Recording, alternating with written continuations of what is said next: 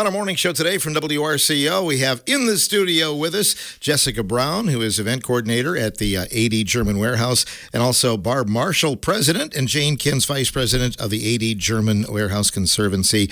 Lots to talk about. Jessica, we'll start with you. It sounds like it's going to be a busy spring at the warehouse. Yeah, absolutely. We have a lot of great events coming up. The first one that we have, we'll have Jane talk about the art. Friday we have, and then on Saturday we have the mother-daughter tea party, which is something new we're trying this year. Tell us about that a little bit. Do people have to pre-register for it? Yeah, so Eventbrite has our tickets. You do have to buy a ticket. Chances are you can get one at the door still. Then the event is 4 to 6 and then 6:30 to 8:30. We're doing two different slots this year. Two different ones. Is there a limit? Do you have a number in mind? We're doing 40 tickets per session, so. Great. And you're getting the word out there and get a little food involved and some tea and some conversation? Yeah, absolutely. Getting all of our food items from Christie's Sunnyside, so it'll be great items there. Well, good. Tell us a little bit about what you do, your event planning and things like that. Yeah, so I'm new to my role. So this is one of the first larger events that I'm hosting on my own with a lot of great help from the board. They're really great and supportive. So my job is to get the word out about our event space. We're looking forward to hosting weddings, graduation parties, lots of different things for the community. Right. And it seems like it's growing. You're making more space all the time. Is that the case? Yeah, we are. Absolutely. They're doing lots of restructuring and remodeling on the floors above. So changes. If people haven't been there for a while, it's probably a good time to visit, isn't it? It is, absolutely. We have live music every Friday night, so great time to step in and be able to see what the warehouse is doing. What are the times on Friday night when you're open for music generally? At 3:30, usually when the lounge opens, and we're usually there until 9. We've been doing a lot of different food items. A couple new things we're trying now. We're doing food trucks on Fridays, so it'd be nice for people to come out and try that. Great. And you have a special event Friday night. Is that the case?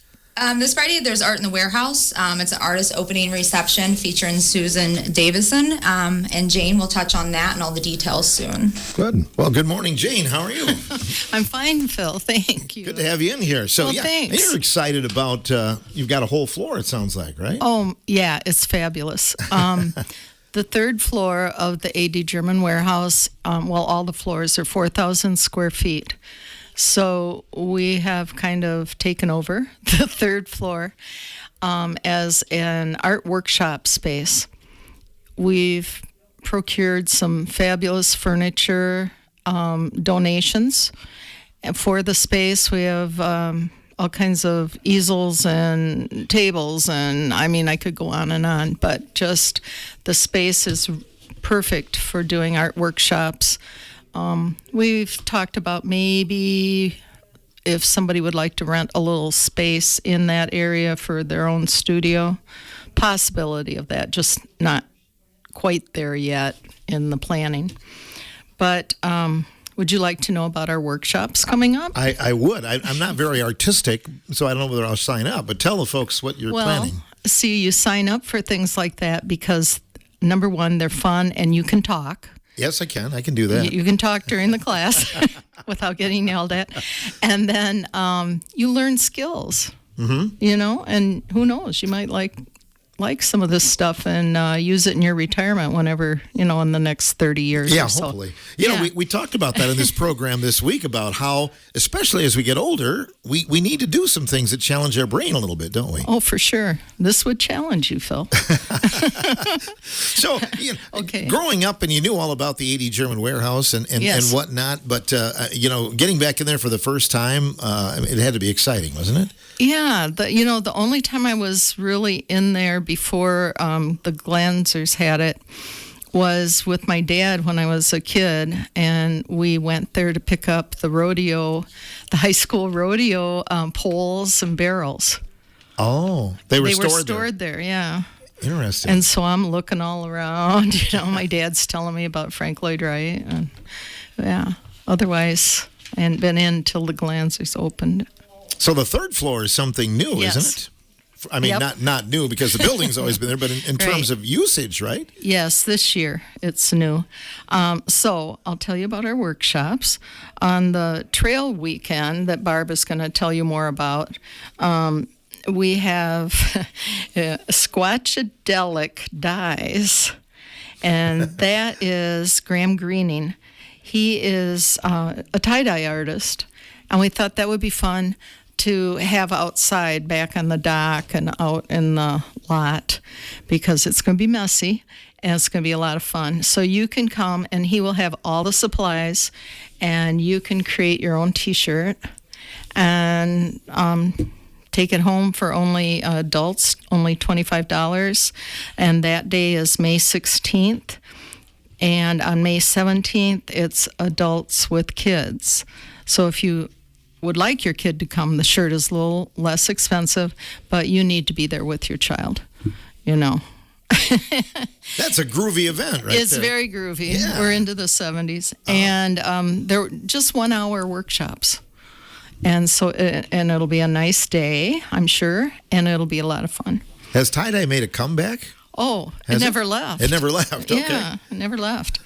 Then on June 7th, we have C.J. Gilbert. She is a resident of Cazenovia, graduated from RCHS, and she is doing an Infinite Possibilities workshop from 9 until 4 o'clock that day. And she's quite intuitive, and she's an animal communicator, too. She's a very interesting woman, very, very knowledgeable about these kind of things, and she is going to guide you to be like a deliberate creator of your own life, and using visual techniques, and to take action towards your goals that will help you do that. So also on June 28th, Kevin Ewing, who I believe he graduated from Richland Center. I think they moved here when he was about a sophomore or so. Anyway, he lives in Minnesota now. He's David Ewing's brother. So obviously they have an artistic family. And he does beautiful wood carvings. And he's going to do a relief carving workshop with some basswood. And so he has fabulous tools, and he will really teach you how to make a really cool relief for yourself in your home. And then on August 22nd and 23rd, we have the quite well-known Rick Ross, who is a cold wax artist. I've taken a couple of his classes, and they're fabulous. He's a wonderful teacher, and it's a really cool medium that I'd never had and taken in high school. I mean, there was no exposure to it in high school or college, and I just love to keep taking art classes. And he is doing a 2-day workshop, August 22nd and 23rd, and it includes most items. You will need he'll have a little supply list for you, but that is $230 for the 2 days. And so far that's it for this year. I'd like to find somebody interesting for July and then September, but then we have no heat upstairs. So that's when it'll end, is September. Next year, we have a really well-known glass bead maker, Julie Lukotis, and she will come in during Trail Weekend in May, and she's just excellent. So, I mean, we've got all this going on all of a sudden. I mean, we're so busy at the warehouse, and it's great. Really excited about that space. You know, it's like I never quit teaching art. I get to still arrange things. Eventbrite tickets, and if you would go to our Facebook page, AD German Warehouse Facebook page, and you can read a lot more about those workshops there, and also about all of our events, you know, our Friday night music and everything. They're all hands-on events that you've talked about. Yes. So you're not just going to sit there and listen to a lecture. You're going to get a chance to get your hands wet, basically, right? Yeah, for sure. I'm toying with the idea of bringing my potter's wheel to the dock and doing like one-on-one lessons with that too. I'm just, you know, there's so much. I can't quit thinking of all these things. So I don't know. Would you like to know about our featured artist series? I think so, yes. Well, that's good because I'm prepared for that. Go ahead. Our first one was this year. It was March and April with Keith Huey. He's paints with acrylics, and they were original paintings that he brought from Mineral Point, where his studio is, and put on our walls. And they're really colorful and fabulous, really interesting. His show was March and April, and so he took his show down on Monday. And on Tuesday, Susan Davison put her show up, and she does cold wax and encaustic pieces. And her opening is this Friday, May 1st. And at 4:30, she'll do a little talk about her work. And then you just mingle. We have, hors d'oeuvres and beverages, and our 1921 lounge will be open. And I mean, it's just a really nice evening. The opening for Keith was wonderful. And so I'm sure Susan's will be as well. And then in July and August, we will have Rick Momartz and his sister Shelley Rowe. He makes this fabulous jewelry that's really, really unusual, with unusual kinds of things. I can't really, it's hard to explain, but they're just gorgeous, and they're so unusual. Mainly he is making pendants, and then he turns them over with metals, and then he turns them over to his sister Shelley, and she comes up with just the right kind of beads and trinkets and things for the necklace part for the pendant. People have heard of their mom, Georgia Momartz. She's a fiber artist, and his father, Ron Momartz, was a fabulous builder. Ron and Rick built my house. Yeah, good ties to the area, right? Oh, totally. They live, Rick lives in Hillsborough. I'm not quite sure where Shelley lives. September and October. Oh, I'm sorry. The opening for Rick and Shelley is July 10th. September and October, we have Tom McMahon. He lives, out sort of by, not Gays Mills, not that far, but kind of by the Aiken School area out in there. Okay. He was an art teacher at a university, moved here, did fine work with furniture and restoration, and he's a portrait painter that you cannot believe how good this guy is. He works in oils, I believe. And so you'll want to, Phil, you're going to want to be at all of these because they're really, really interesting people and really excellent work. His opening is September 11th. And to finish out the year, we have Matty Palm Lease. He works in oil and does abstracts and landscapes, but very urethral, very, very cool work. He was in administration at River Valley when I taught there for a year. I taught at River Valley High School art for a year there, and and so he retired, and he's doing all this art. And so he is our featured artist for November and December, and his opening is on the 6th of November.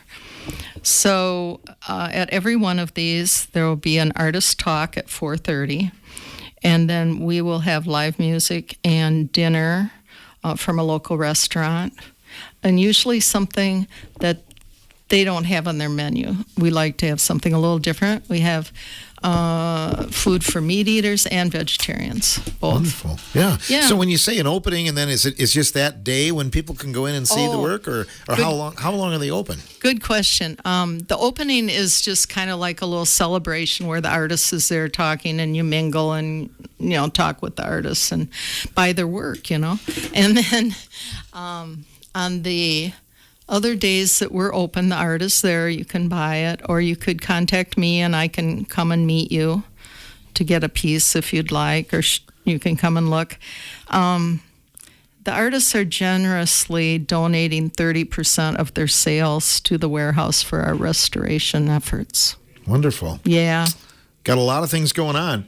Barb Marshall is president as well of the Conservancy. We say hello to you. Yeah, good morning. Why are you involved, Barb? Why does this excite you? Oh, well, it's, growing up here, that building has always just been kind of a fascination, and it's been really good to be part of the whole process of getting it restored and usable for now and for the future. So some of the things that we're working on right now, we're working with an architectural firm out of Sun Prairie called Context, and they are working on getting our plans refined and going through the State Historical Preservation Office, because as a historic building, everything has to be just right, that we're not changing things too much, from the type of ductwork we use for the heating to the color of the finishes and everything. So it's a long process, and hopefully everything gets approved, and by the end of the year we can start working on installing a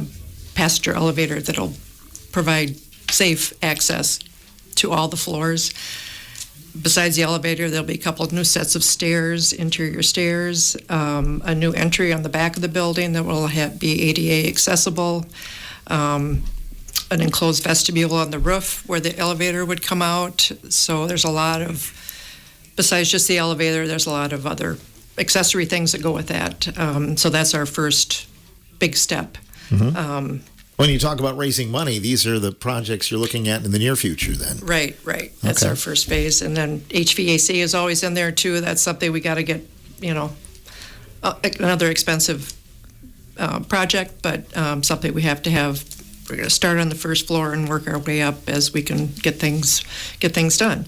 So, yeah, and you mentioned, growing up around here, for years you'd see people wandering around taking pictures on the outside, and it wasn't open. So it's Right. so nice because it's a jewel of the community, isn't it? it is very much. And we draw people from all over the world for tours, and it's just been really an interesting process. So one thing I want to talk about is the Frank Lloyd Wright Trail Weekend that's coming up May 15th, 16th, 17th.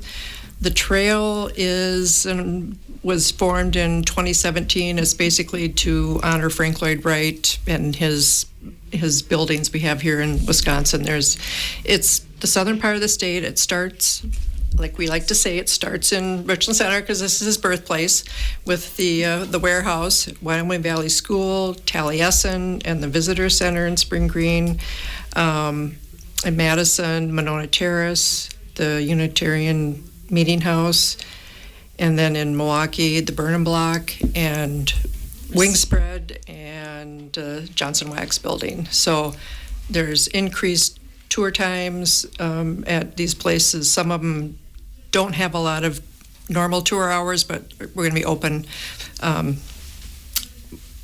be more accessible. As far as what we've got going at our building, we have tours on Friday, Saturday, and Sunday instead of just Sunday that weekend. We have the 1921 Lounge will be open during those times.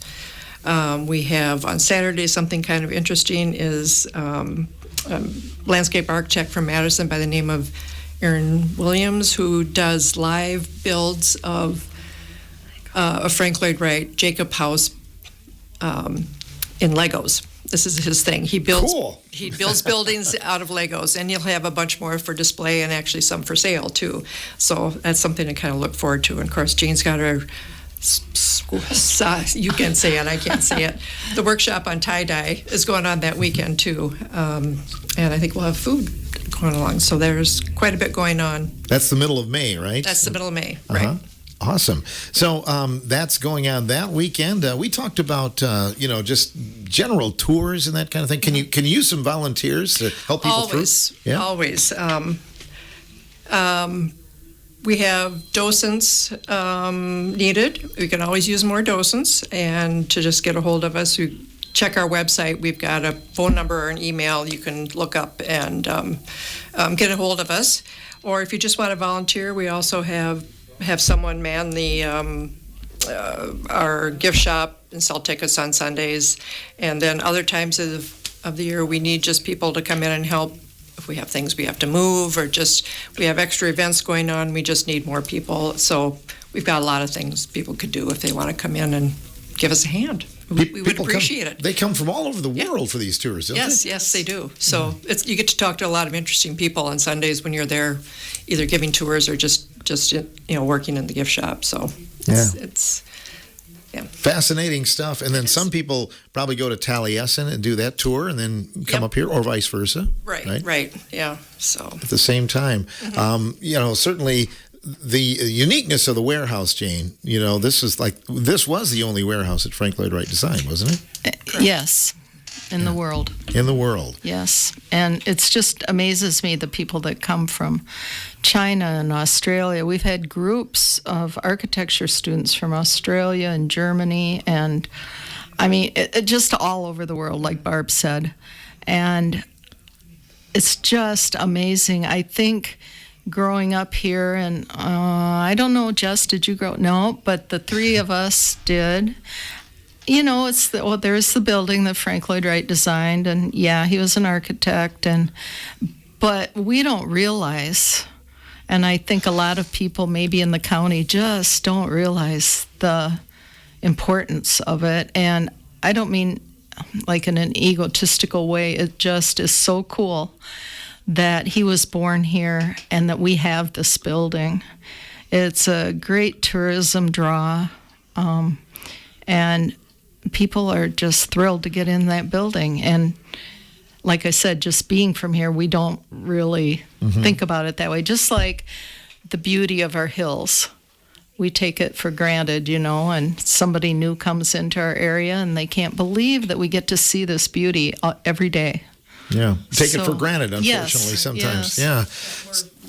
our building's kind of unique because it was kind of a blank canvas, and I think some of the other sites have, you think about Wright houses and stuff. There's not much you can do with those. It's a house. But we've got something we can just create what we want or what we need, what's going to work for us, and we've got 4 floors and a roof we can do that with. So I'll pose the question to maybe all of you here, but if money were no object and you could design, what you'd like this to be, have you thought about that, Barb?